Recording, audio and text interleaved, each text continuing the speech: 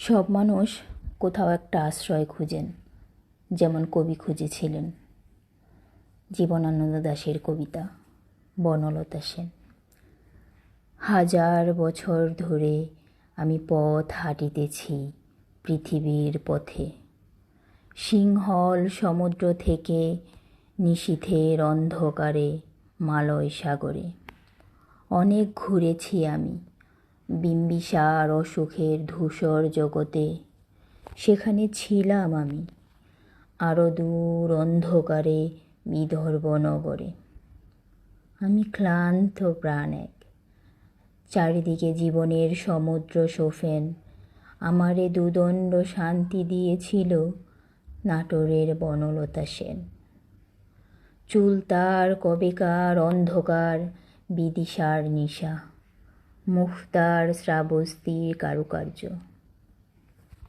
অতিদূর সমুদ্রের পর হাল ভেঙে যে নাবিক হারায়েছে দিশা, সবুজ ঘাসের দেশ যখন সে চোখে দেখে দারুচিনি দ্বীপের ভিতর, তেমনি দেখেছি তারে অন্ধকারে। বলেছে সে, এতদিন কোথায় ছিলেন? পাখির নীরের মতো চোখ তুলে নাটোরের বনলতা সেন।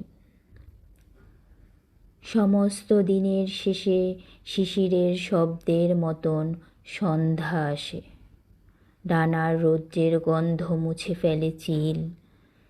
পৃথিবীর সব রং নিভে গেলে পাণ্ডুলিপি করে আয়োজন।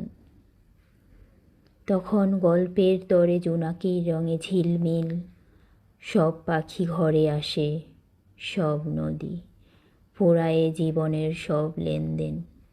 থাকে শুধু অন্ধকার মুখোমুখি বসিবার বনলতা সেন।